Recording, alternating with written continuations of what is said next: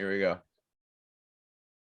Hi, everybody. Dave Kincaid here. Got a special program for you today with Dan Olesen with Careers. He's his senior program coordinator over there. So, Dan, thanks a lot for coming on the show today. Thanks for having me, dude. Yeah, pleasure.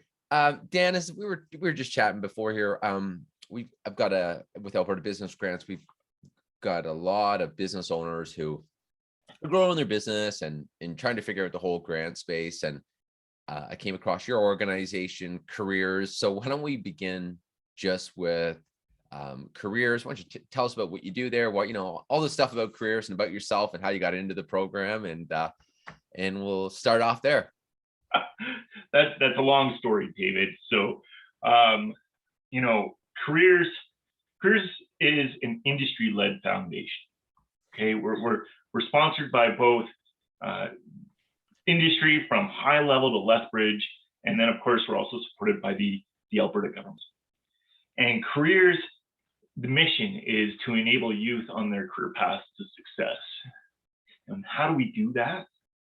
Well, we're partnered with more than 450 schools in Alberta, and we go into the schools and we talk to students and parents and teachers and all their supports about the horizon of career opportunities in areas of skill shortages.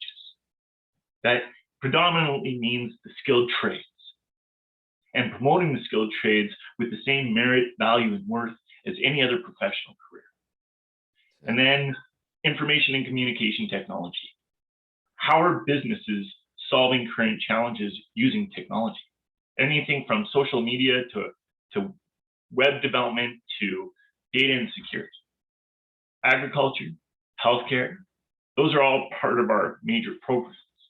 The second part of our job is to meet with employers and inspire them to inject youth into their business, into their industry, and grow a bigger, better local talent pool with a fit for purpose. The third part of our job is to create these purposeful collisions with industry and with the students, and facilitate work integrated learning, internships. For the most part, as part of their high school curriculum.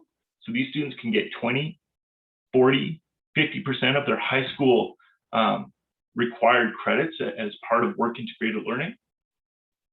And we're also, helping some of these industries that are having a hard time attracting talent. And so we're now kind of adventuring into that space with students under the age of 21.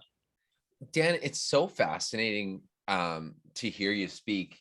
I want to just talk about, first of all, getting into schools. I think back a long time ago when I was in high school, nothing like this ever existed. There was one person, the guidance counselor, some crappy survey that you would take, and blah, blah, blah, blah, blah.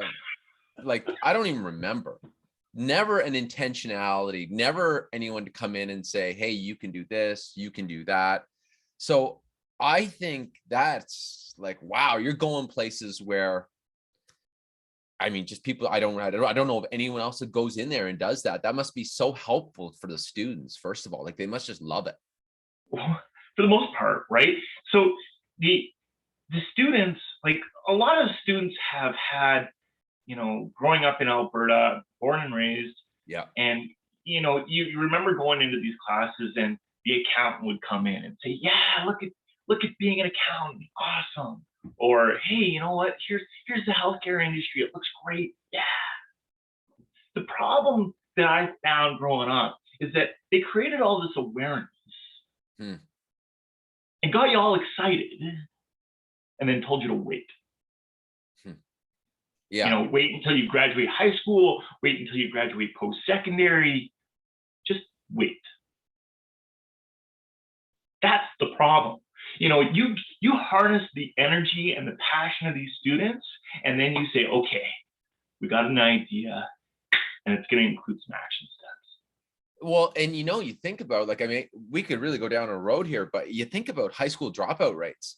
It's pretty, especially if you're targeting, I'm generalizing here, but most of my friends who liked trades hated sitting in a classroom all day long with a pen and paper, and they couldn't wait to get out of there. And high school dropout rates are higher than most people realize, I think, or they Yeah. aren't they? Like, do you know what it is offhand, just out of curiosity? No, I don't, right? But when I think about high school dropout rates, I always think about education or schooling dropout rates, right? Right. Because Yeah. we have 60 to 90,000 students uh, leaving high school every year in this province, graduation, dropping out, whatever else. And what they're doing is they're stepping away from that form of education, Yeah. and that's bad. And then you pile on the amount of students that bust their butts or spend their parents' money or get a student loan to go to post-secondary, and they go, holy smokes, I don't know if this is for me, and they're dropping. It's a disaster. Like it's so hard for a young person too to be like, all these options, where do I go? And here you come in with careers, and it's a low, like it's an introduction, a warm introduction. They can meet a business, they can try it out. Like, and you often know, right? Like I often tell the story when I went to do my PhD. I walked into the room, and as soon as I walked in the room, I was like, I don't belong here. I don't belong here. I just knew it in my heart that I was to go into business. I'd done an undergrad and a graduate degree, and I said, I'm done. I could smell it in the air. And we're all like that, aren't we? Like, there's sometimes you walk into a place, you're like, I was born for this. I know it. And if you don't walk into one of those rooms, you just never know about it. That's sad. Yeah, I don't get a chance to talk about that method of learning very often. Usually we're talking about trial and error, right? We're talking about failing often and failing hard, right? And that's okay, because now you can pick yourself up and try again. We usually talk about model and mimicry. You go into an opportunity, you have no idea what it is, and you're going to learn from the people around you. And then, of course, insight and inspiration, when you can walk in there and go, of all the learning that I've had, I'm just having this moment of clarity. Yeah. Right. So cool. Yeah. Let's think about it. Think about it, David. What happens if industry just said, you know what, I want to cultivate my talent. Like I was saying this before, right? We have to actually teach industry to say that we're never going to hire from the bottom. Never going to do it ever again. And everybody kind of looks at me and goes, Dan, you're borderline crazy. But what happens if we actually taught everybody that it's not about starting from the bottom? It's about starting from the beginning. Yeah, I like that. And we take students, we take their interests, we take their passion, we take their values, and we mold them to fit the technical skills, the needs of the business. And then they can choose their post-secondary or their secondary, their high school or their post-secondary learning with a fit for purpose. It's great. It's so interesting. And there's this new grant program called, it's federal, it's very popular right now. It's called the Digital Adoption Program. They're trying to get youth involved with helping the digitization of all businesses. And you think about what business now, from your grocery store to that doesn't use technology now, from your thank you survey to you get a follow-up customer survey. Now you've got a CRM involved. Like, and to take someone at a high school who's got all these different interests, they'll fit somewhere. But what you're doing, I think, is incredible. Let's move over to the employer side for the second part of what your introduction about. There's a lot of businesses out there. Labor's the number one problem often. They either can't find quote unquote good people or find people at all. How can you talk about that aspect of it and how you're helping solve that problem? Depending on the report that you're reading, I've read that 44% of Alberta businesses are saying that the skills gap is the barrier to growth. And that's just in the tech sector. Yeah. It's the fastest growing industry, fastest growing sector in Alberta, last year by 6-1. Right. And so, that's going to be the problem. And so what's happening is that we're trying to promote we've always tried to promote small, medium enterprises, entrepreneurs, intrapreneurs, right? But how are we doing that in the midst of, all these big companies? They're also going to be, trying to find talent, right? Are they going to be paying for that talent? What is that going to do to the smaller businesses? How are they going to compete for that talent? I'll tell you a secret. When I was talking with these students, I asked them, what is one thing about the program you want me to change? And they said, start promoting the mission. And I said, what? They said, start promoting the mission of the companies and not the position. And I said, well, that's kind of what I always promote the position. Yeah, but if we're the emerging best, as you always say, Dan, then really what we got to do is we just got to attach ourselves to the mission of the company, and then we can engineer our skills to fit. And then we can propel the mission of the company. It's not going to be about the dollars. It's not going to be about the benefits. It's going to be about expediting our innovation to industry and creating a more fulfilled workforce. Yeah, you just think about the benefits of that for both the business and this young person. Like, I don't know, I'm having flashbacks here of going back when I started my career. I worked at the same company for 5 years when I graduated, when I was in high school.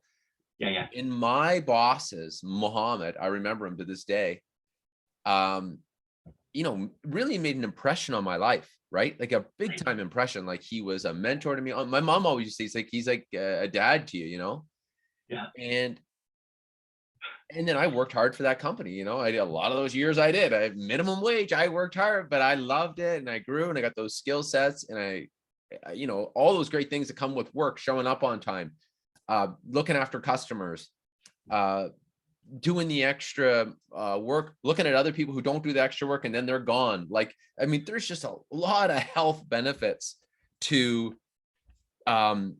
society, frankly, of youth working, getting jobs, finding purpose, right? And oh yeah, yes, I can tell you, I had a student. So I'm now in my 42nd trip around the sun, and I'm working with this kid, and he wasn't doing well in school, and then we got him an internship, and all of a sudden his grades were picking up, his attendance was picking up, everything was picking up, and I said, what was the thing that changed you? And he said, Dan, having the opportunity to work with old 40-year-old people. So I'm like, oh, right? But he's 16, right? Yeah. And he's like, it was such a different experience instead of working, with a whole bunch of kids, that I got to learn, priorities from a whole bunch of people. And it was like, so the kid ended up graduating high school in 4 years, not 3 years, but he found that commitment to himself and to schooling and to business, right? And like, isn't that what we all want, right? And so he stayed with that company for 7 years. Yeah, and who knows where he goes on from that, right? Like, I mean, getting off, sometimes it's sad if these kids don't get a good launch. If you don't get a good launch, you can quickly spiral into debt, bad decisions, floundering around, and your 20s are gone. Yeah. Boom. Sometimes that's a good thing, right? Sometimes, like, I didn't really start working for careers until I was in my 30s, but yeah, from the employer side, right? The average age, like, let's think about these students, right? And when they're starting to get their internships, they're 20, 22. Once they hit 25, the ability to learn takes a lot more effort than it did before, right? And that's why adult education learning is a multi-billion-dollar industry in this country. So these students aren't really stepping into these adult workplace environments until they're 20 years old, right? And now they're learning about the culture of what these environments require. So now you got like 3 years to really maximize on that honey spot of learning. So for me, from the business side, it just makes sense. Like you grab a student between 16, 17, and 18, and you start teaching them the culture of your business, the mission of your business, the operations of your business. And then over 5 years, 6 years, with all the grants that are available, David, you can actually engineer this talent for less than $60,000 over 5 years. Yeah, it's so, insane. Yeah. Right. And so the student graduates, and now he's like, I love this. I'm going to work for you for 60,000. He's worth 80, 120,000. And so we really got to get employers. The hardest challenge about all business, right, is being able to accept the idea that you're building this talent pipeline. And so every CEO or every CFO will say, well, when's if we spend all this money and they leave? And of course, the other question is, and it's worse, right? When's if we don't spend any money on this training and they stay, right? Like, when's if they don't grow with the business? When's if they're not constantly developing their skills and we're left behind? Let's talk about that program for a sec, because I think, it's a fair question that I get from business owners all the time. First of all, I think finding the student, like you said, there are not too many small business owners that I know of are inside high schools talking to potential people about careers. So let's go from the business perspective about onboarding a youth. How would that work?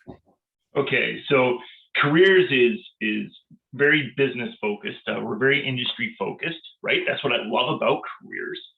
And I would say that my colleagues would resonate with me. When I'm in the schools, I feel like I'm the voice of industry. My business partners, from the small shops to the big ones, they're busy running a business. And we're working collectively to put people like me and my colleagues into the schools to give these businesses a voice, right? To inspire these students. And then the students, say, okay, right? I'm willing to take in action. Then careers works in collaboration with all of our schools in the community, right? Or if it's a remote position, it can be anywhere in Alberta. And the student now has to go through a 4-stage screening process before they're even in front of the employer. Wow. And that includes prerequisite safety courses. That includes teacher recommendations on their academic standing, their overall citizenship, and a discussion of their skills. But it also includes one of the most important questions that everybody has to ask every time they get up in the morning. Why are you doing this? And that's incredible. So these things, like, there are companies right now, this I think is insane. There's companies that would love to have a pipeline of youth talent coming through every year and working with careers. It's unbelievable if you think about it. It's like having this souped up HR program where careers goes in, finds talent, does all these prerequisites, connects the employer with the student, and then they provide funding for is it a wage subsidy essentially at the end of the summer? Yeah, like, frankly, we don't really care what you do with the money as long as you're using it. Like, this is a career education development program, right? And so the student gets a credit for every 25 hours that they work, right? So that's why we have these hours. Do they get paid? Do they get paid by the business for that? Okay. Yes. So all the money goes directly from the employer to the student, not to careers, not to the school, right? Yep. And minimum wage for a person under the age of 18 is $13 an hour. Yep. And if you hire a person under the age of 18, you don't have to contribute to CPP. So that's another 4%. Right? And then WCB is covered by Alberta Education, right? And so Yeah, so we have goalposts. Goalposts equal a class. So 125 hours is 5 credits, which is a typical high school class. Oh, I see. 250 hours is, 6 weeks full time. That's typically a summer, right?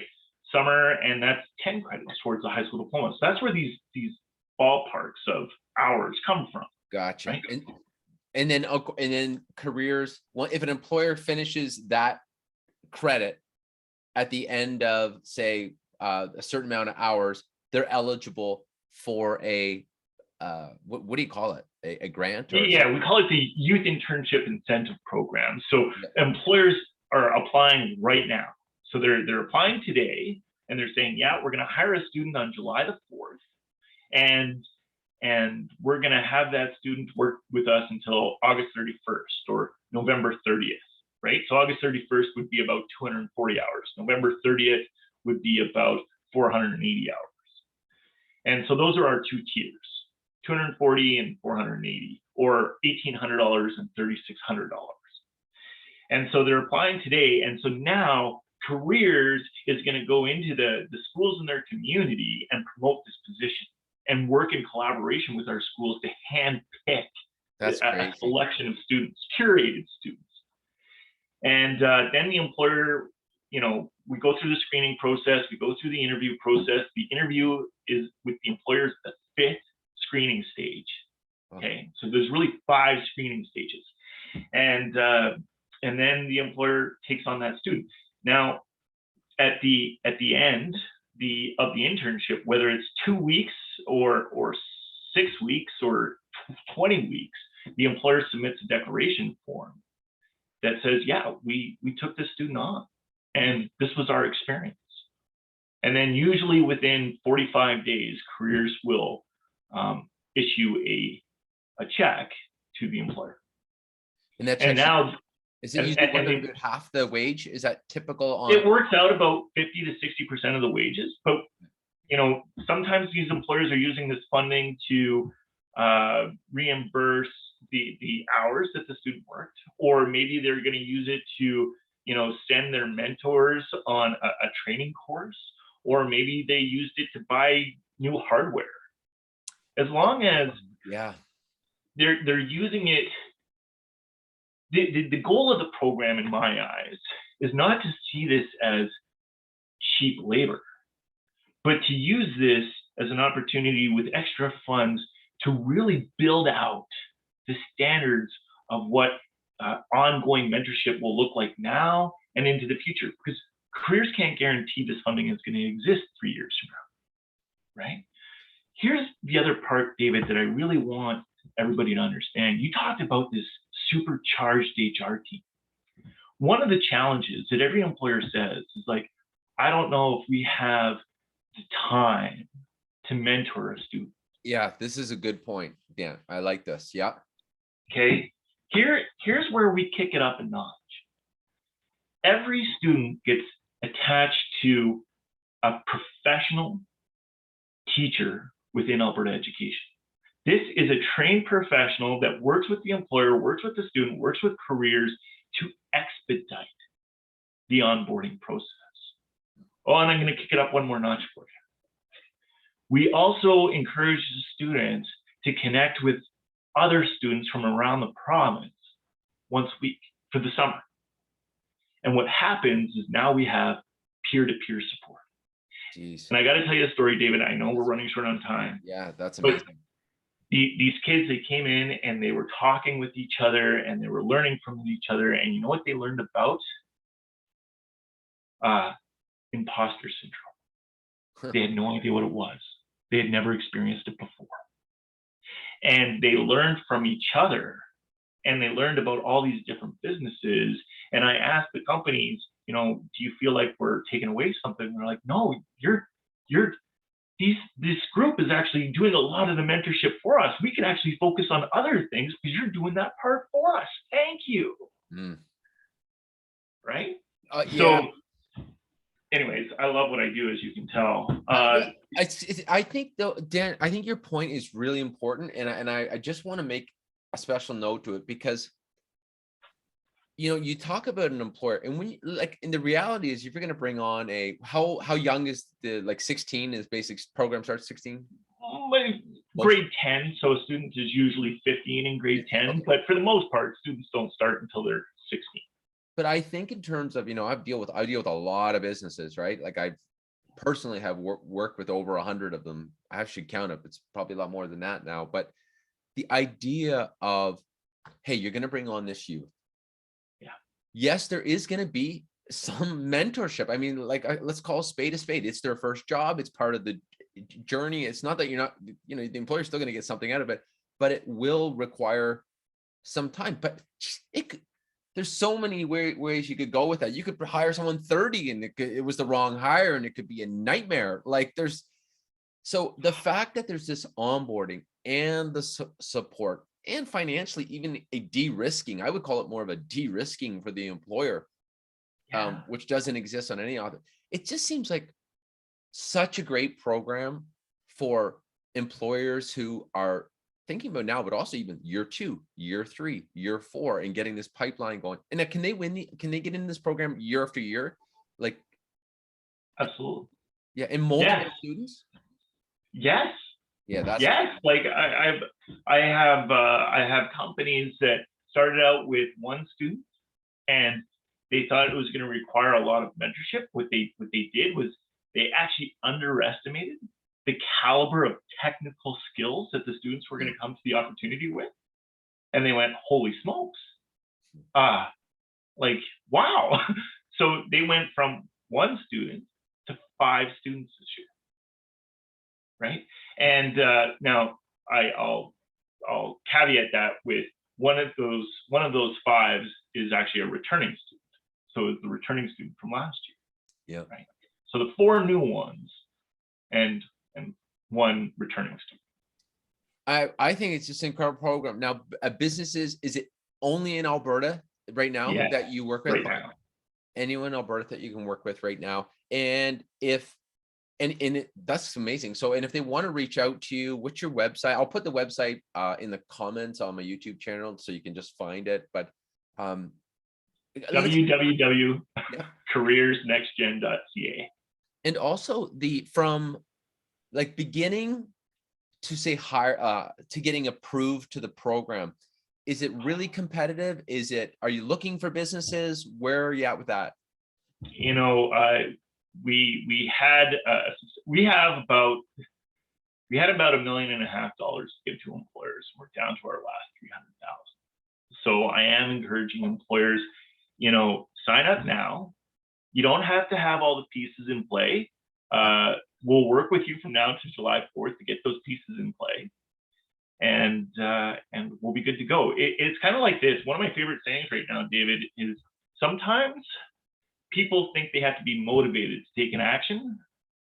Let's do an action, and I promise you'll get motivated. Yeah, and I like this idea, right? It's first come, first serve type program. As long as they're eligible, they're in. Because some grants, people think, oh, I can go into grants and then it won't get qualified. It's not like that with this. Like, if you qualify, you're eligible. First come, first serve. You're eligible. Yeah. And one email from me, I'll give you the material. You can copy and paste. It should take you less than 15 minutes to apply for the money for the funding. And here's the best part: we want employers to succeed. So the controller, if you're working with me, or if you're working with Corey, or if you're working with Taryn in Edmonton, the controller will email us and say, yeah, this company didn't qualify because of this. Can you talk to them and see if we can change this? Right? So it's really a first come, first serve. Then when we work with you to get that grant approved, right? And then 4 checks on a hiring someone before they even get to you. Like, this is unbelievable, a tremendous program, Dan. So I think this is, if you're an employer out there in Alberta looking to get some talent, I mean, seize on this opportunity. Give Dan a call. Dan, I'll also put your contact in the comment below, just so people can email you. Is that the best way to reach you, through email? LinkedIn. I'm very active on LinkedIn. Email, phone. I'm always willing to jump on a call. Okay. So, Well, I'll put those contact information in the section. Anything else, Dan, you wanted to add before we sign off? you know, I tell everybody not to follow their passion. And a lot of people think I'm crazy when they hear this. I think the secret to career success, and I think that the secret to what Alberta can and should be, is not to follow our passion, but instead bring our passion with us and let it light up the opportunities that are in front of us. Yeah, I love it, Dan. This has been an awesome talk. I'm so glad we had to connect. I know I had a couple scheduling issues to get this pull us off, but I'm so glad we did because it was worth it. And you know what? Hopefully it'll help some kids out there and some businesses, right? Yeah. This is a great opportunity. So thank you for what you do over there. This has been an awesome talk. And maybe if you ever get an example or something you ever want to come on in the future, reach out and we'll have another chat. Thanks a lot, Dan. Thank you, David.